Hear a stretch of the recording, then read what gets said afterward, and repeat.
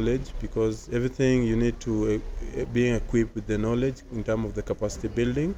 So it has really been a great platform, because before we could not, you see, they normally say ignorance, because most of us, we may go legal challenges, but we don't know the approach which we can use to get justice. So paralegal training, it has shaped up in terms of educating the community, creating awareness about their legal service, legal obligation, because as a citizen or as a social justice or as a human being, you have a right to protect, and also you have a right to safeguard the other people's rights, because we normally say where your rights end is somebody's rights beginning. So that's where now at least it helped me to create awareness, to sensitize the community in regard to the law, in regard to understanding what are some of the rules that govern the Kenya, what are some constitution says about.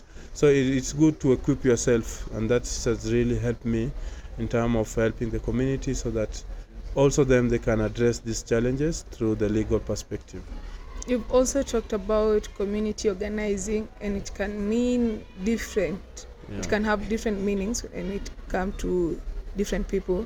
So I'd love to know, according to you, to what you've been doing, what is community organizing?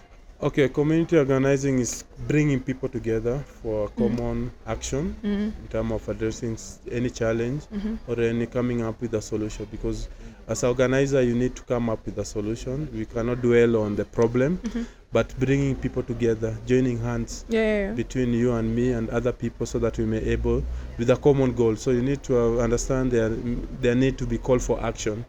Call for action is whereby you come up with, you identify the problem. What are some of the problems that affect you within the community? You join together, brainstorm together, and come up with a possible solution.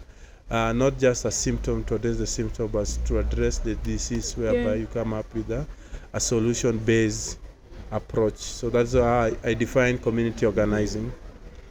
Do you have any pressing issues that you've worked on as a community paralegal or social rights defender?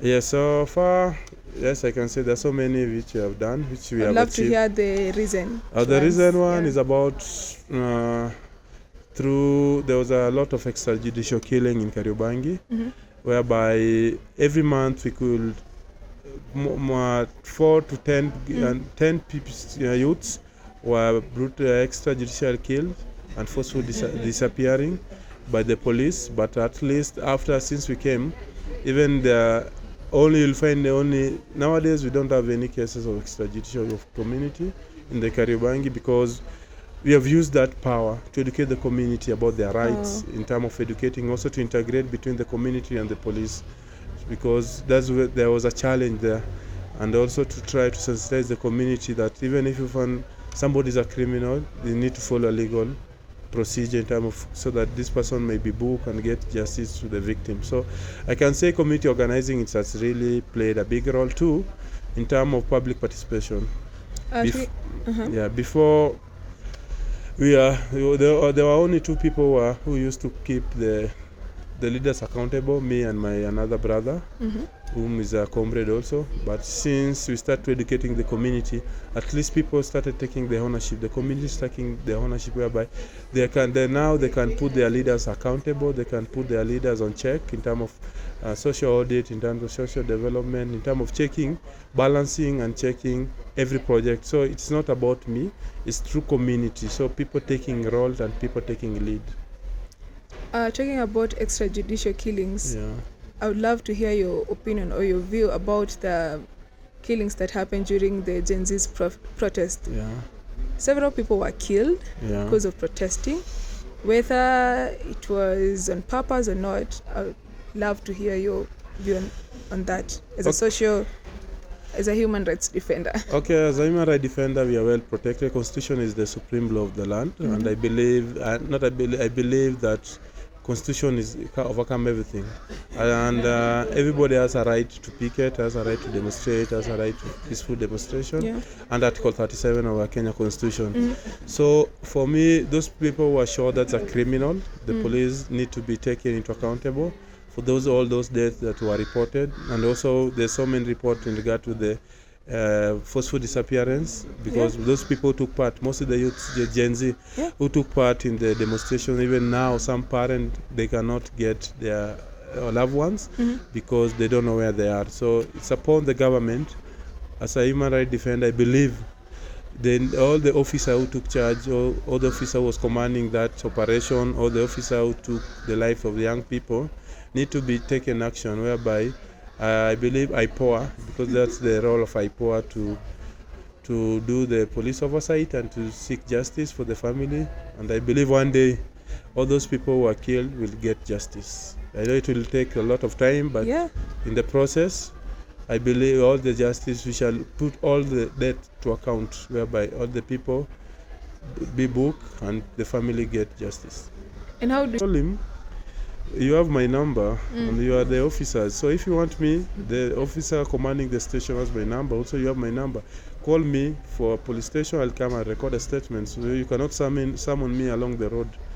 So that was two. There was some instance by the elected leaders, mostly the MCA, who felt like we are educating the community on social accountability. So for him, he sent somebody, one of his bodyguard, to me and told me, why are you fighting our MCA? Because for them, they feel we are fighting the MCA, yet we are educating the community in terms of making sure that the community understand their roles as the member of the county assembly, the member of parliament.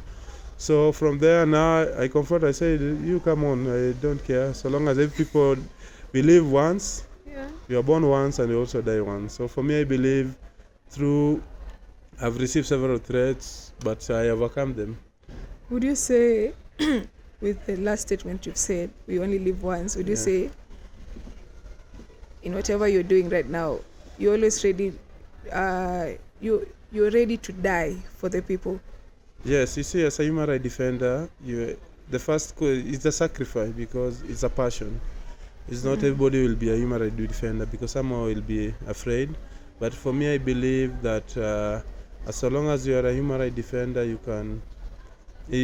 have that passion, and you have committed in making sure that we are moving forward and supporting the team and making sure that we move as a team. And also because I may believe in something whereby as long as you're a human rights defender, you have